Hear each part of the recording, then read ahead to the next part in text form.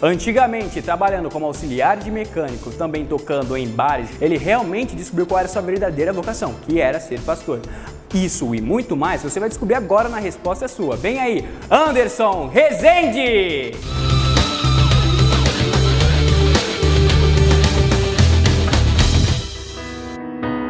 Derruba muralhas, destrói as mentiras pra me encontrar. Oh, impressionante, infinito, ousado amor de Deus.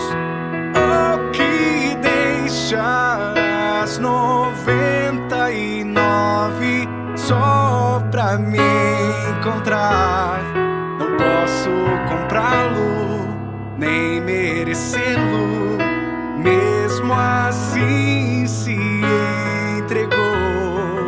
Oh, impressionante, infinito, ousado amor de Deus. Começando agora mais um programa, A Resposta é Sua. Desde já o meu muito obrigado a você. E hoje com uma figura inédita, uma figura religiosa. Hoje o nosso clima aqui tá bem espiritual. Vamos lá. Pastor Anderson, a resposta é sua! Opa! Seja bem-vindo, Pastor Anderson. Muito obrigado. Aqui a gente vai ter um bate-papo tranquilo, mais para conhecer a sua personalidade, sua carreira e vamos começar, né? Opa! Vambora, né, prazer Vitão? estar aqui com Vambora. vocês, viu? Luiz Henrique, Vitor.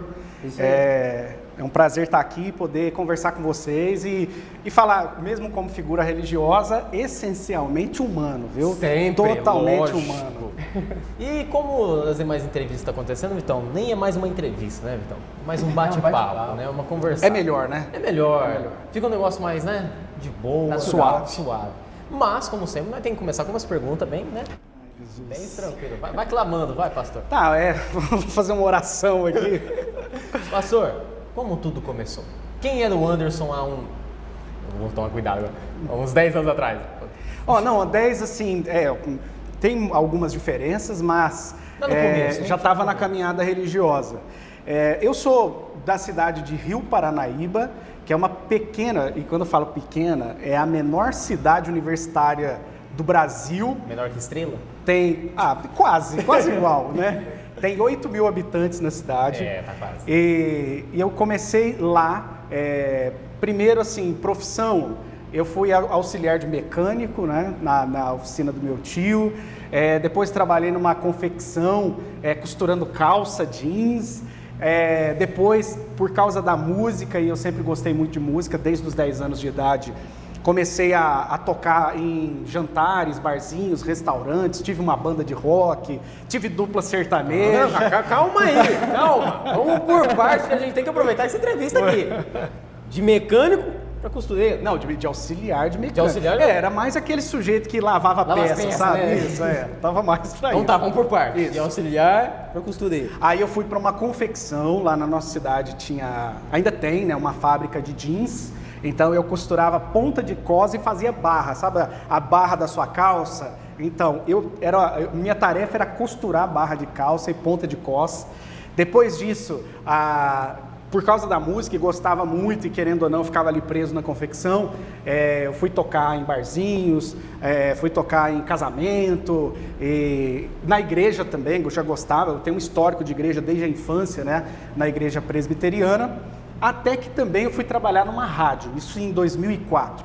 Trabalhei na rádio Máximos FM e na rádio Paranaíba AM. Então eu fazia um programa na rádio AM, que já não existe AM mais, né? Agora tudo é FM. Então eu trabalhei 2 anos na rádio AM, eu tinha um programa lá que chamava Projeto Saúde.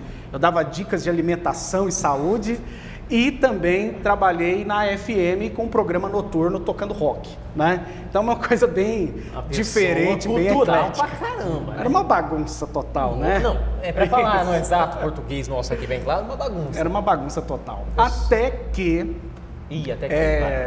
como eu já fazia parte da igreja, no meu período de adolescente, assim, eu dei trabalho para os meus pastores, viu? Muito trabalho.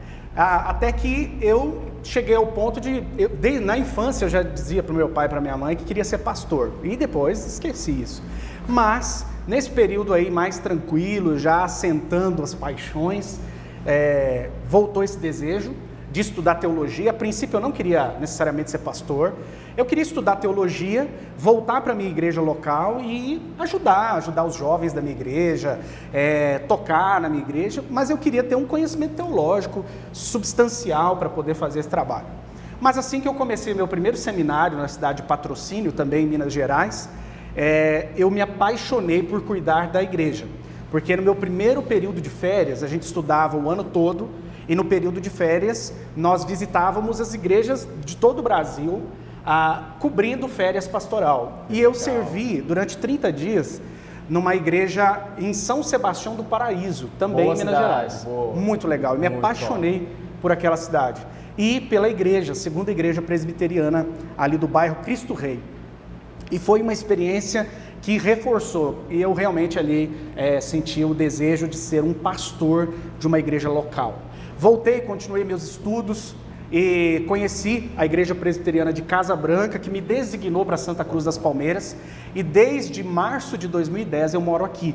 Né? Então já tem aí 10 anos que eu moro em Santa Cruz das Palmeiras. Sinto que aqui é a minha cidade, eu amo a cidade de Santa Cruz das Palmeiras. E eu tive aqui também o privilégio de 2013 a 2016, então mais 4 anos, o privilégio de conciliar o pastoreio da Igreja Presbiteriana de Palmeiras com o Seminário Presbiteriano do Sul em Campinas. Então eu ficava a semana toda lá e vinha aqui aos finais de semana para poder cuidar da igreja, cuidar das atividades. E me formei no final de 2016, então de 2007 a 2016 foi meu período de estudos, né, teológicos, e me formei no Seminário Presbiteriano do Sul, ali no campus Mackenzie, e desde então fui ordenado e continuo pastoreando a Igreja Presbiteriana de Palmeiras. Vitão, vai ter próximo bloco. Depois disso vai ter próximo bloco. Olha, eu sou novinho, mas tem história, né? Pra caramba! Puxa, eu tenho 22 anos, né? Ele tá igual o padre, 27 anos, né, Padre Reginaldo? Abraço. Padre Reginaldo, travou a idade. O velocímetro. O velocímetro trava ali e fica, sabe? Aí não passa mais, né? Perguntar um negócio para você, pastor. Tem todo o estudo da teologia, mas como que você chega para se tornar um pastor? Como que funciona? Cada igreja, o movimento, ou melhor, o grupo protestante no mundo todo, ele é muito diverso, né? Então, há uma diferença entre, por exemplo, presbiterianos, batistas, metodistas, assembleianos. Então, cada igreja determina a formação dos seus ministros, né? Dos seus pastores, enfim. A igreja presbiteriana, ela exige que digamos, né, um jovem da minha igreja se sente vocacionado para a caminhada pastoral. Então ele primeiramente é examinado pelo conselho da igreja local, né, os presbíteros da igreja local, no caso aqui de Santa Cruz das Palmeiras, e o conselho realmente confirmando que esse jovem tem vocação pastoral, ele fica 1 ano de período probatório, trabalhando na igreja, cuidando dos jovens ou das crianças, para mostrar que ele realmente tem aptidão e está disposto a servir. Porque antes de ter o cargo, digamos assim, o título, ele precisa servir, porque afinal de contas o líder, ele existe para servir a comunidade. Depois disso, ele é examinado pelo presbitério, que seria a diocese, né? É mais fácil fazer essa comparação, sim. Não é?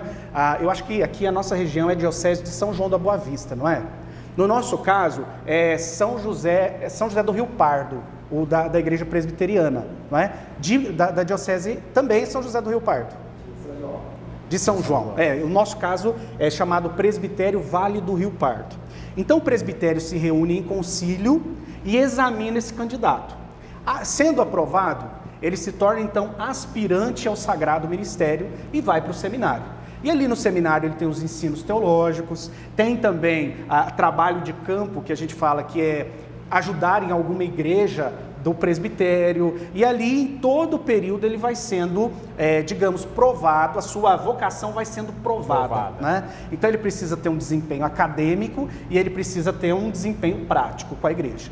Depois, no término dos 4 anos de seminário, ele é examinado novamente pelo presbitério, ali pregando um sermão que a gente chama de sermão de prova, e é uma pregação que você realmente é examinado. Você entrega a exegese, que é o estudo de um texto bíblico na língua original, então você tem que traduzir, a fazer um estudo exegético, até você preparar um sermão daquele trecho, né? Então a ideia é pegar desde o texto original, grego ou hebraico, até isso se tornar uma pregação que você levaria para a igreja, né?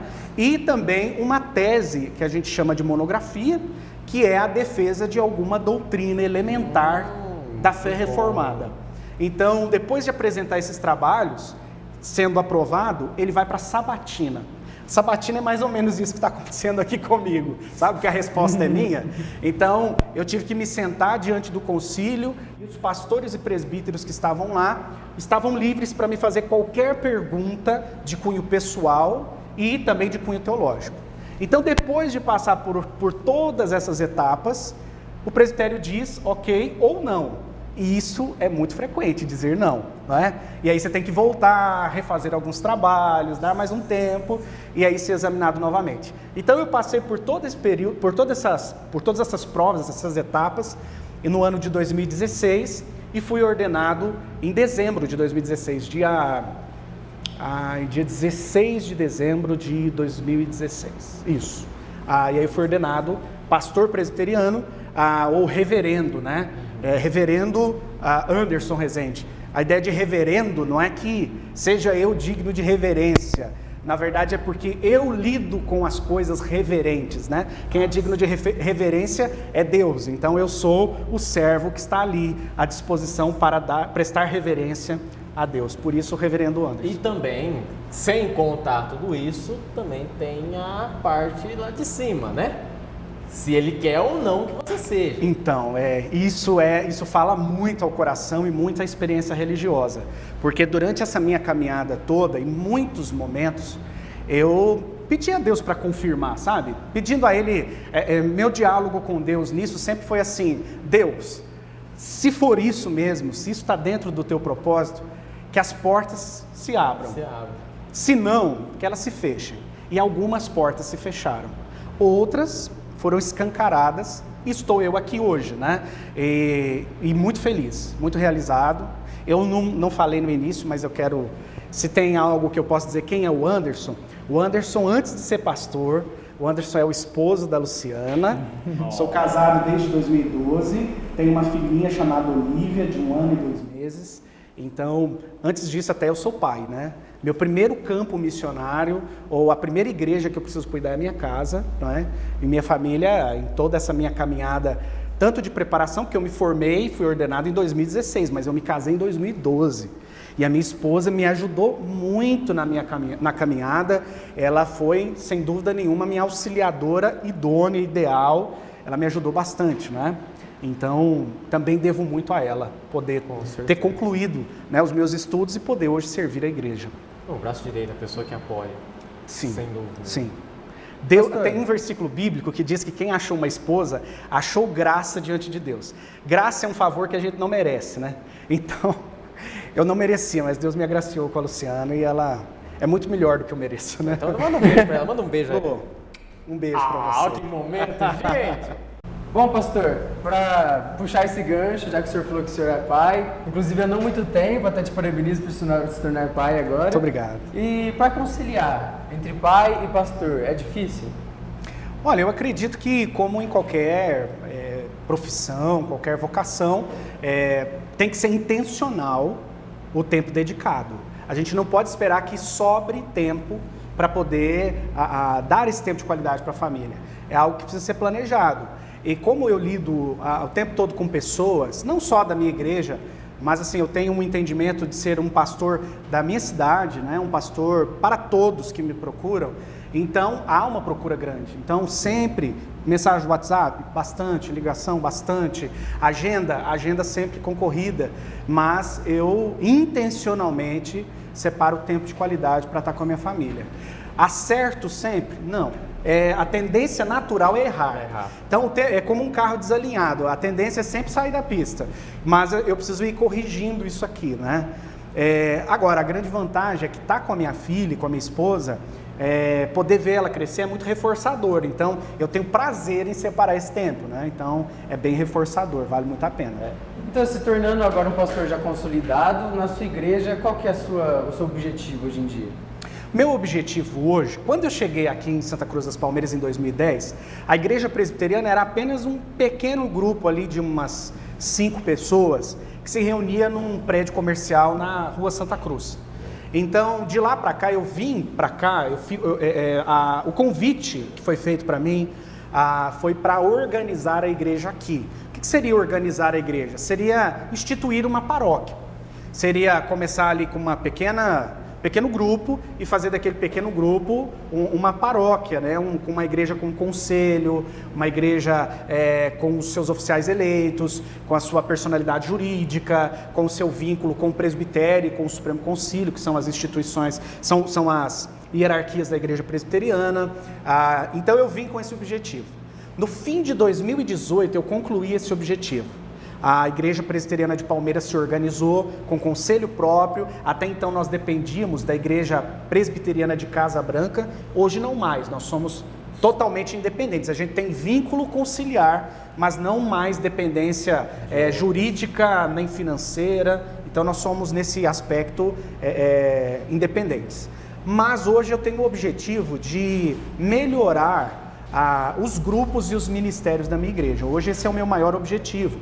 Porque desde que eu cheguei aqui, a nossa igreja é procurada por pessoas, especialmente que sofrem com algum familiar, com a dependência química, na dependência química, né? E a igreja, ela entendeu isso como uma vocação dela, como um trabalho que Deus estava nos chamando a fazer. Então, meu desejo hoje é organizar esses departamentos, esses ministérios, para que a gente consiga trabalhar melhor essas questões. Então, hoje a gente tem um ministério que cuida do dependente químico, encaminhando ele para instituições de recuperação. E esse mesmo ministério tem um apoio para a família codependente. Então, nós temos irmãos e irmãs que visitam semanalmente as famílias, estruturando essa família em todos os aspectos de valores, financeiramente, até na disposição da própria casa, para que quando essa pessoa, esse dependente químico voltar recuperado, né, desintoxicado da instituição, ele seja bem acolhido. Então isso é uma vertente, um ministério que abarca a missão da igreja. Então hoje o meu desejo é estruturar esses departamentos para que a gente tenha uma igreja aqui, sobretudo, relevante. Né? O nosso desejo é que a nossa igreja seja relevante em Palmeiras. Que as pessoas, mesmo quem não é da nossa igreja, possa olhar para aquela igreja como, olha, aquele pessoal contribui com a nossa cidade. A presença deles aqui melhora a nossa cidade. Né? Então esse hoje é o meu objetivo. É muito bonito ver isso, porque hoje em dia a igreja ela está junto com o cidadão, ela sempre está a mais na sociedade, né? Então ela faz os trabalhos sociais por fora e muita gente acha que é só os cultos, né? Sim, sim. E assim, todas as igrejas, Vitor, todas as igrejas contribuem muito. Sabe por quê? Eu olho, por exemplo, vamos pensar, o São Joãozinho está no alcoolismo. E aí ele bate na esposa, ele não cuida bem dos filhos, vive uma vida ali meio que miserável, trabalha ou às vezes nem trabalha.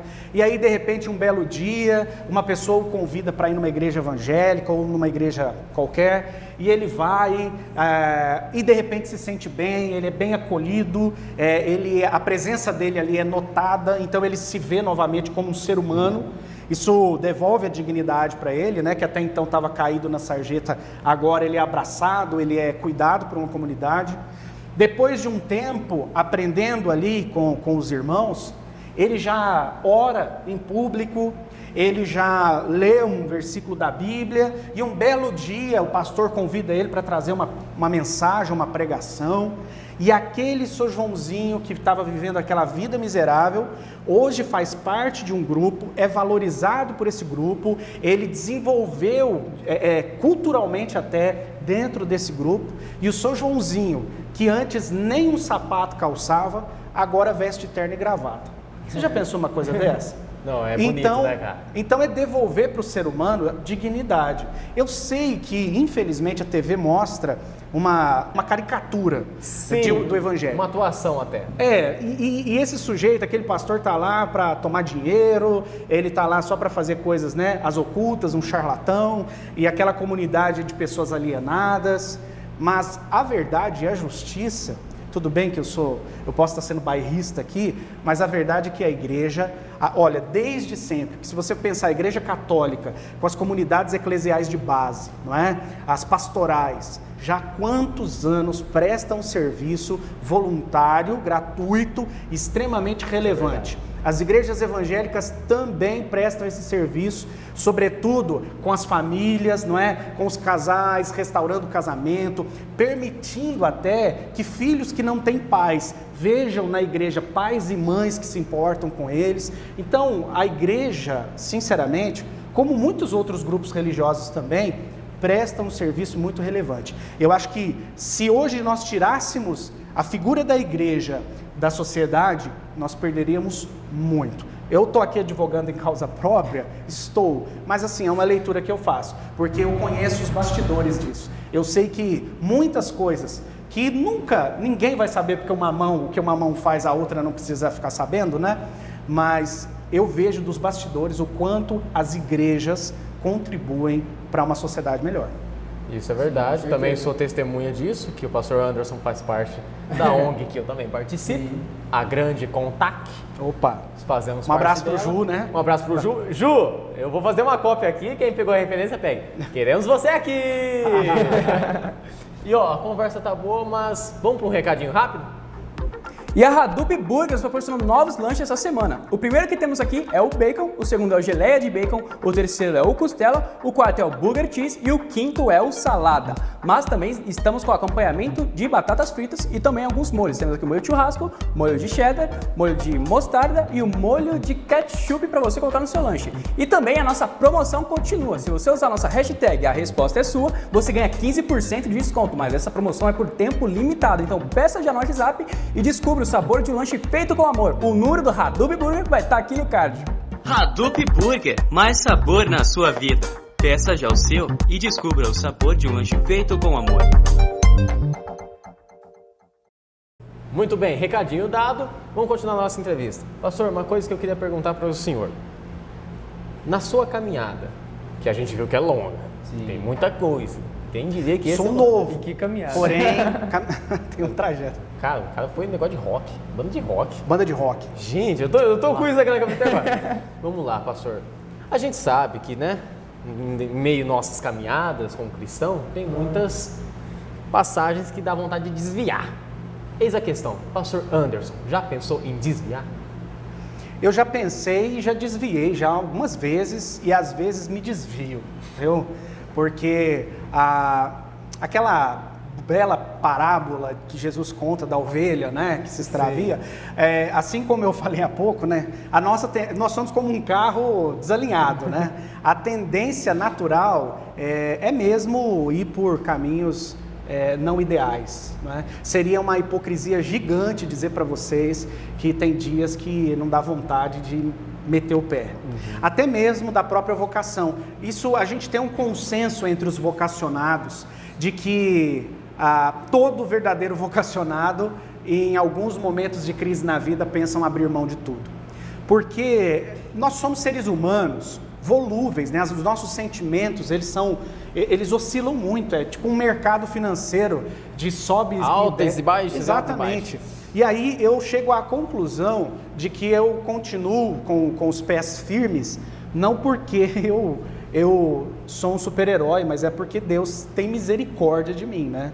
A palavra misericórdia é a junção de duas palavras, miséria e cardia, que é coração, né? Então Deus coloca o coração dele na minha miséria, porque eu também sinto raiva, eu também desanimo, eu também fico enfermo, eu também tenho emoções, minha saúde mental nem sempre fica legal, né?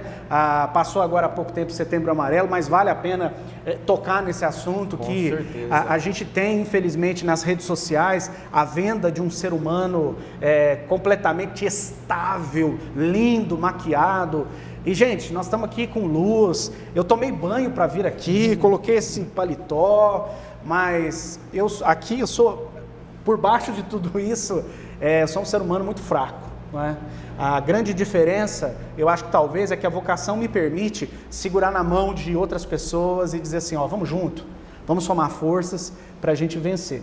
Na minha adolescência, especialmente dos 15 aos 17 anos, eu desacreditei de Deus e segui por outras coisas, e eu me intitulava ex-evangélico. Quando as pessoas perguntavam, você segue alguma religião? Eu sou ex-evangélico. Ai, meu Deus do céu.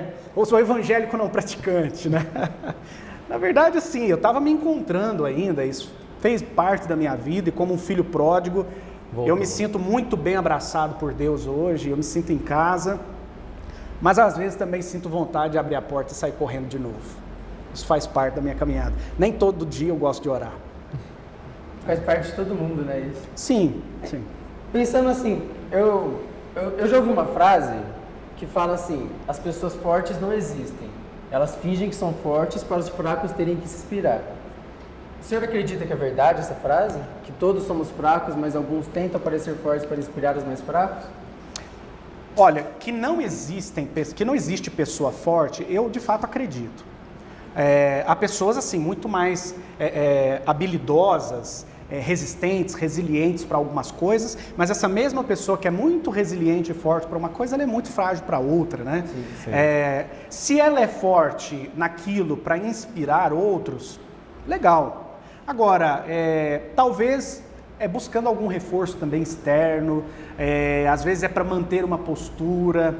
Eu acho que a gente vive hoje uma geração de anti-heróis. Você pode ver que até na Marvel, né, quando você vai ver os Vingadores, hoje nem os super-heróis são mais vendidos como seres sem defeito. Se você vai para o Hulk, você encontra um sujeito que não domina a ira. Você vai para o Homem de Ferro, você encontra ali um cara vaidoso, egocêntrico, né? Sim. Então, se você vai para o Thor, também você descobre um sujeito extremamente vaidoso, prepotente. Então, hoje eu vejo que os heróis não existem. Né? Não existem. Agora, eu posso com aquilo que de repente eu tenho uma facilidade de inspirar as pessoas? Posso também. Agora, eu acho que a gente tem que colocar um ponto final de uma vez nessa ideia de nós sermos impecáveis e perfeitos. Até porque eu acho que isso não tem nem a ver com o cristianismo. Porque ser cristão nada mais é do que precisar de um Salvador. Eu creio em Cristo porque eu sei que eu não dou conta. Eu preciso que Ele me salve de mim mesmo. Então, querer ser um santo na terra, essa ideia de ser uma pessoa impecável e um exemplo de moral, né, de estética religiosa, isso só me destrói e destrói as pessoas que me enxergam. Porque as pessoas que me enxergam vão se frustrar, porque elas vão tentar e não vão conseguir. E eu vou me destruir, porque eu também não vou conseguir segurar isso por muito tempo. E eu vou cair na hipocrisia e na culpa. Então não vale a pena. A melhor coisa é realmente assumir que precisa do Salvador e Ele se compadece daquele que tem um coração quebrantado e humilde. Não, perfeito. Um líder religioso é bom mostrar que até ele precisa de certos momentos, precisa falar com Deus e precisa... eu tenho defeitos também. Não é vocês que têm defeitos, eu estou aqui como um líder e eu sei de tudo.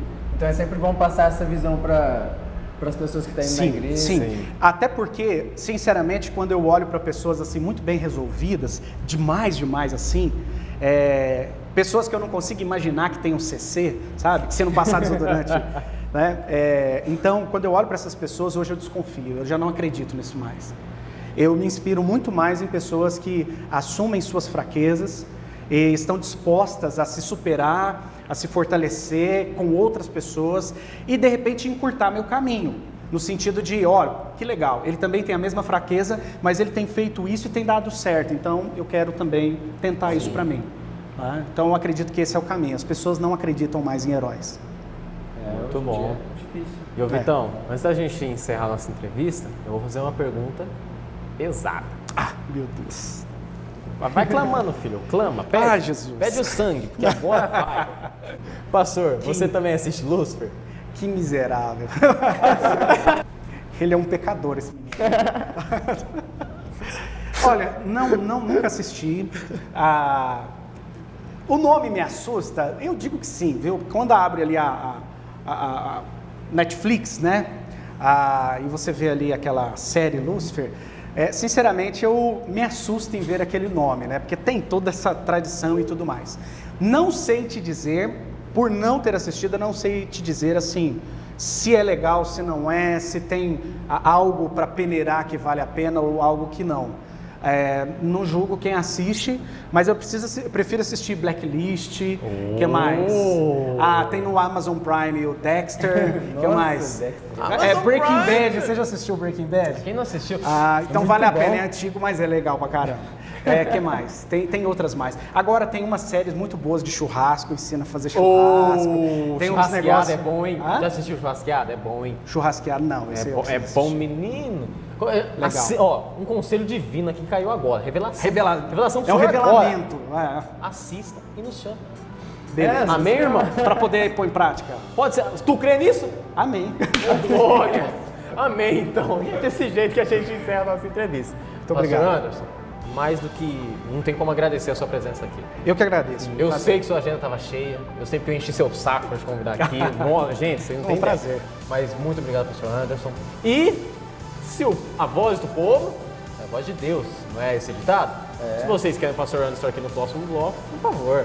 Pode pedir. Pede aí, irmão. Pede aí, cara. Eu tava morrendo de medo, porque eu pensei que viriam umas perguntas teológicas pesadas. Próximo bloco. Próximo bloco, irmão. Esse negócio com esses dilemas éticos e morais. Próximo bloco. Relaxa, velho. Relaxa. O inimigo trabalha desse jeito, cara. O primeiro é pra conhecer, só. Exatamente. Que Jesus me livre.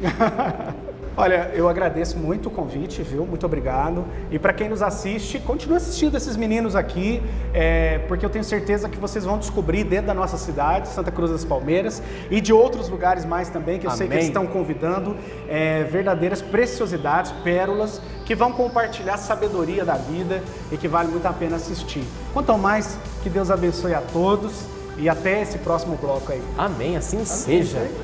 Muito bem, a gente vai encerrando por aqui. Desde já agradeço a você que ficou com a gente até aqui, né? E sábado que vem tem mais um programa. Abraço!